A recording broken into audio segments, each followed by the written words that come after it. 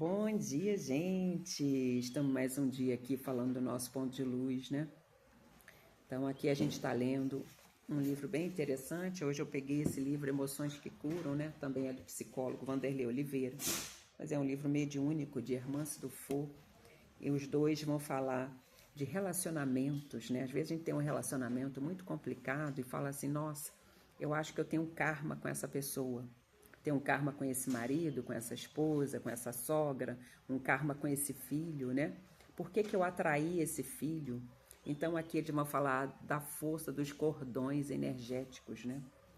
Então nós atraímos para a gente aquilo que a gente precisa aprender, e isso é um karma.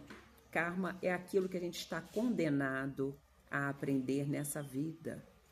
E aí a gente pode transformar esse karma num dharma, né? A gente pode fazer algo bom. Então, quando algo está ruim no relacionamento, a gente tem que olhar para esse relacionamento e ver o que você tem que aprender com aquilo, né? Aquela dor do relacionamento não tem a ver com o outro, porque a gente acha que a gente tem que salvar o outro. A gente não consegue enxergar os defeitos da gente, a gente só consegue enxergar os defeitos do outro e acha que o outro tem que ser salvo por nós. Então aqui eu estou aqui com uma história, que é a história número 2, que vai falar dos cordões energéticos, de a presença do sombrio nas relações. Então a gente não consegue enxergar as próprias sombras, os próprios defeitos, mas a gente enxerga os defeitos dos outros. Então aqui fala de um casal chamado Ana e Eduardo, que estão assim em guerra mais ou menos um ano.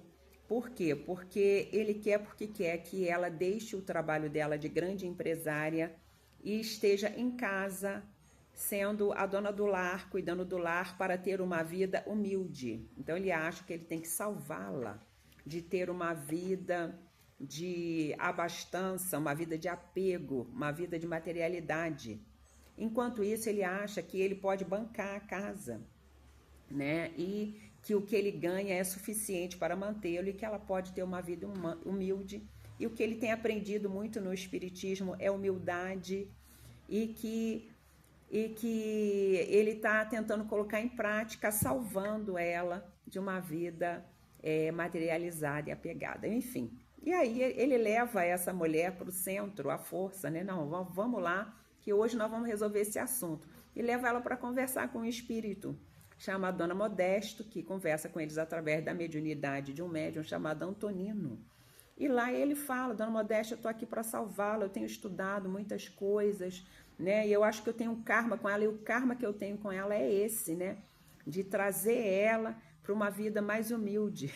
E aí a Dona Modesta começa a falar que o problema é dele, não é dela, né? Que a Ana está certa em buscar a realização pessoal e profissional dela. E se existe alguém apegado às questões materiais, era ele. Que ele estava vendo no sombrio ou na luz da Ana aquilo que ele gostaria de ser. Então ela conseguia trabalhar, ter bastante dinheiro e ser uma pessoa simples e humilde. Ele é que não conseguia e olhava para ela e queria tirar ela dessa vida, enquanto ao invés dele mesmo ser uma pessoa humilde, ele queria que ela fosse. Olha aí, a luz dela incomodava ele. Olha que coisa incrível, né? E o espírito viu isso. Então, gente, quando a gente enxerga um defeito no outro, é que esse defeito tem a ver com a gente. Então, as relações complicadas, elas têm a ver com isso, né? Eu tive um relacionamento dentro da minha casa muito complicado. E eu olhava para aquele espírito, né? Porque eu estudava muito. Eu olhava para aquele espírito e falei assim: meu Deus, por que eu trouxe para mim um espírito tão inferior? Até o dia que eu aprendi essas coisas e vi que inferior era eu. Aquele espírito podia ser inferior? Podia, mas eu também não era superior. Eu também tinha minhas dificuldades, eu também tinha intolerância, impaciência, eu também era controladora, eu também era complicada. Mas eu só enxergava os defeitos do outro. E o tempo todo aquele outro mostrava para mim o quanto ainda falta para eu ser luz, né? O quanto ainda falta. Nossa, ninguém aqui é purpurina, né? Porque a gente tem um monte de conhecimento, um monte de estudo, que a gente é ser de luz iluminado, né? E aí eu aprendi a ter mais tolerância. E aí eu aprendi a aceitar mais os meus erros, as minhas dificuldades, né? E uma das grandes ilusões dele, que ele falava assim, não, eu estou aqui nessa terra, eu tenho um karma com ela, que eu tenho que salvá-la. E aí, a dona Modesto fala disso aqui, tá? Que os estudos psicológicos lá no mundo dos espíritos, à luz do espírito imortal, deixa clara quais são as 3 maiores ilusões presentes no processo de integração entre o luminoso e o sombrio dentro da gente mesmo, e que costuma transformar o nosso amor em sofrimento, que na verdade ele tinha grande amor por ela. Ele tinha tanto amor por ela que ele achava que tinha que salvá-la, tinha que trazer ela para o espiritismo, né? Para ela estudar, para ela deixar ter uma vida mais simples. Ele achava que ele estava certo, né? Então a gente cria essas ilusões dentro do amor. Isso causa muito sofrimento no relacionamento. Então ela fala que a primeira ilusão é acreditar que o nosso amor é capaz de modificar quem nós amamos. Não modificamos ninguém e ninguém é capaz de nos modificar se não houver identificação de propósitos e decisão pessoal de mudança. Só mesmo a prepotência pode advogar a ideia de transformação contra a vontade de alguém e intoxicar o amor com raiva e amargura. É essa prepotência que gera a insanidade de acreditar que podemos salvar até quem não quer ser salvo, levando pais, mães, marido, esposa e família inteira à dor da culpa e da impotência. O nosso amor não será suficiente para resolver problemas que o outro tem de resolver, e isso somente se ele quiser. O que de fato realiza as mudanças verdadeiras chama-se responsabilidade pessoal. Então, você devolver para o outro, né, a responsabilidade sobre ele mesmo é o que é mais importante. Né? Você dizer, olha, daqui para frente você não conta comigo, porque o que eu pude fazer por você, eu já fiz. A gente sofre, por quê? Porque a gente quer que a pessoa se transforme rapidamente. Infelizmente, isso não vai acontecer. Então, a nossa parte é dizer, ó, o que eu posso fazer é isso. E cabe o outro fazer o quê? Realizar as mudanças que tem que fazer. Ah, não realizou. Esse problema é de quem? Do outro. Aí eu fiz a minha parte. Então, a segunda ilusão é acreditar que somos responsáveis pelas escolhas de quem amamos. Quando amamos legitimamente, reforçamos aspectos saudáveis de quem amamos e não ficamos tentando controlar a vida deles para que não adotem condutas destrutivas. Quando nos sentimos responsáveis pelas escolhas alheias, dispostos a fazer todo sacrifício como se fosse amor, abandonamos-nos e tiramos nossas forças, nossa motivação e nossa lucidez. Em uma relação de amor legítimo, não há autoabandono. Quando isso ocorre, existe sacrifício, e o sacrifício traz mágoa e expectativas e cobranças. Ai, tão difícil, gente. A dor na relação é indício de que há necessidade de um aprendizado da parte de quem sofre. Você está sofrendo num relacionamento? Então é você que tem que fazer um aprendizado. Então, o que isso quer te ensinar? Eu sempre penso nisso, gente. Eu estou vivendo algo na minha vida.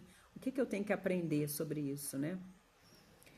Quando você impede alguém de fazer escolhas, ele não aprende e ainda interpreta isso como uma mensagem subjetiva de que não acreditamos em sua competência. O aprendizado só será feito quando o outro tiver autorresponsabilidade.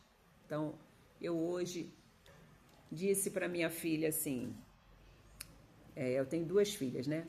Então, ontem eu falei um pouco de uma das filhas, hoje eu estou falando de outra. Então, eu estou com uma filha que está tendo que tomar uma decisão, 2 decisões. Uma decisão, eu falei assim, ó, eu posso te ajudar até aqui. E a outra decisão era com ela. Aí eu falei para ela assim, olha, minha filha, se você tomar a decisão 1, eu estou tranquila. E se você tomar a decisão 2, eu estou tranquila. Porque eu estou em paz. A parte que eu tinha que fazer, eu já fiz. Então, eu não carrego nenhuma culpa se você tomar uma decisão contrária. Porque o que eu podia fazer, eu já deixei claro que eu posso fazer. Então, se não der certo o que você vai querer realizar, isso é um problema só teu, né? Porque eu já estabeleci os meus limites, né? E quando a gente vai além dos nossos limites, aí começam as cobranças, as mágoas. Ah, eu fiz isso por você, mas você não correspondeu, né? Então, quando a gente deixa claro quais são os nossos limites, a gente sofre menos, né? Por quê? Porque a nossa parte a gente já fez. A terceira ilusão é acreditar que amar é acreditar a pessoa amada uma importância maior do que a nós próprios. Aquela coisa de dizer assim, ai, meu filho é minha vida, meu marido é minha vida, né? Minha família é minha vida. Ó, sua vida é sua vida. Teve uma pessoa que foi embora da minha vida e eu fiquei muito triste. Ah, por quê? Porque a tristeza é um indicativo de que eu não quero aceitar alguma coisa. Ou eu não quero aceitar alguma coisa em mim, ou no outro, ou na situação. E eu não queria aceitar aquela situação. Mas sabe o que aconteceu quando a pessoa foi embora da minha vida? Eu não morri. Eu continuei vivendo. Triste por uns dias, mas continuei vivendo, né? Então, por quê? Porque eu descobri que a pessoa mais importante da minha vida sou eu. Se você colocar a tua vida na mão do outro, aí vai haver aquela questão da dependência emocional. Alguém pergunta assim, oi, Kátia, como é que você tá? Ah, meu filho, minha filha, minha vida tá assim, assim, assim, assim, assim, assim. Então, você tá bem. Você tá bem, você tá com saúde, você tá saudável, né? A tua vida tá fluindo, o teu dinheiro tá saindo, você tá trabalhando e você carrega uma dor que não é sua. Então, ultimamente, quando alguém pergunta, como é que você tá? Eu falei, eu tô ótima. Problemas existem, mas não me pertencem. Então, eu só fico triste quando o problema é meu. Quando o problema não é meu, eu tento viver a minha vida, gente, porque eu não posso viver em função da felicidade ou infelicidade de outra pessoa. Então, a terceira ilusão é acreditar que amar é acreditar a pessoa amada uma importância maior do que a nós próprios. É uma atitude de autoabandono, que é a origem da depressão. A lei da natureza nos prepara para a autossuficiência e mesmo havendo a lei de sociedade na qual nos amparamos mutuamente e cooperamos uns com os outros, fomos dotados de recursos autoimunizadores para sobreviver independentemente do amor alheio. Então, quando alguém faz malcriação aqui, alguém de 8 anos, que faz malcriação aqui, e eu sinto aquele desamor pela pessoa, né? Uma das coisas que eu aprendi com o preto velho, fazer assim, ó. Ah, não quer me abraçar, não? Ah, eu me abraço. Eu me amo, eu me abraço. Aí um dia eu ensinei isso pra Ayla. Aí eu falei assim, olha, Ayla, também não vou mais gostar de você. Aí sabe o que ela fez? Não tem problema. Eu me amo. E é isso mesmo, gente.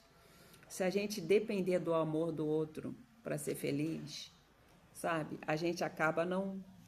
Porque as pessoas que a gente mais ama são as pessoas que mais vão nos decepcionar, mais vão nos magoar, mais vão fazer aquilo que a gente não quer, né? E insistir em querer que elas façam aquilo que a gente queira, isso sim é egoísmo, tá? Então aqui,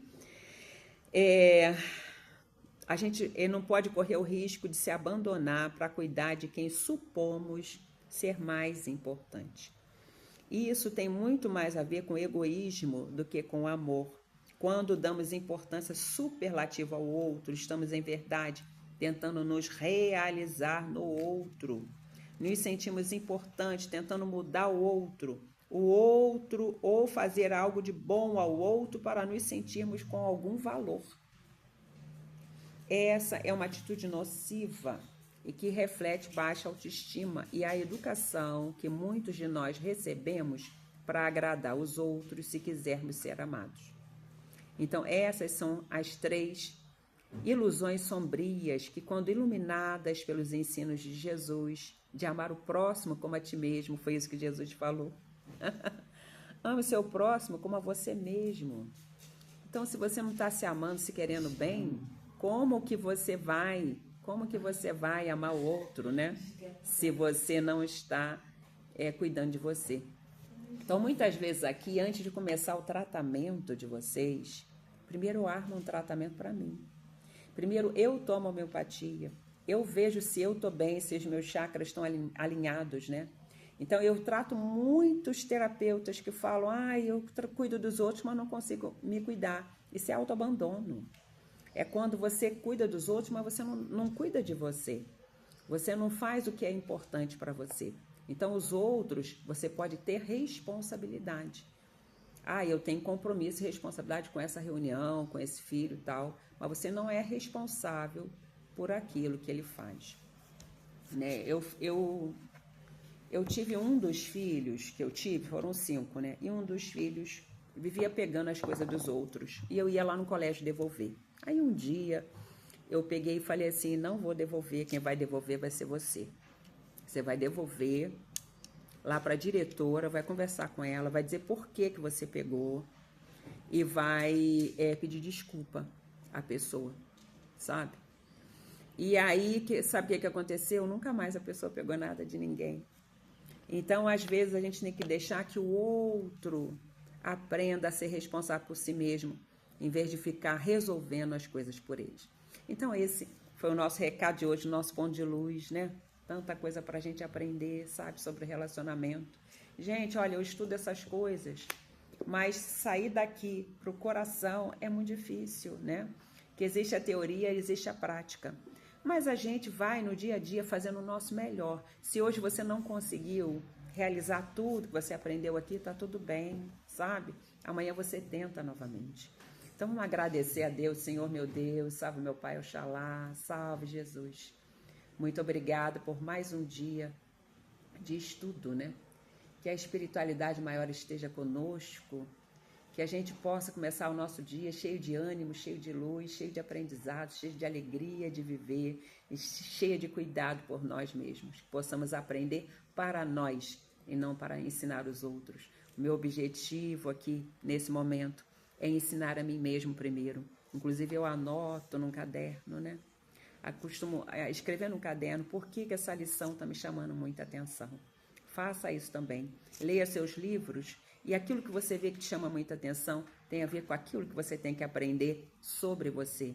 Se tem um defeito de uma pessoa que te incomoda, então aquele defeito é o que você tem também. Anota. Eu também tenho esse defeito, eu fiz isso. E quando você é mais condescendente com você, você é mais capaz de tolerar os erros do outro e entender que se hoje você fez esse aprendizado e não faz mais, um dia o outro também vai fazer esse aprendizado. Em relação a filhos, nem todos os filhos vão aprender com a gente. Né? Eu costumo falar com meus filhos, olha, eu estou ensinando para você, se não aprender comigo, você vai aprender com a vida. Agora não esquece que a vida bate com mais força, né? Então que Jesus nos fortaleça, né, para os embates da vida, os problemas da convivência e dos relacionamentos. Um bom dia para vocês.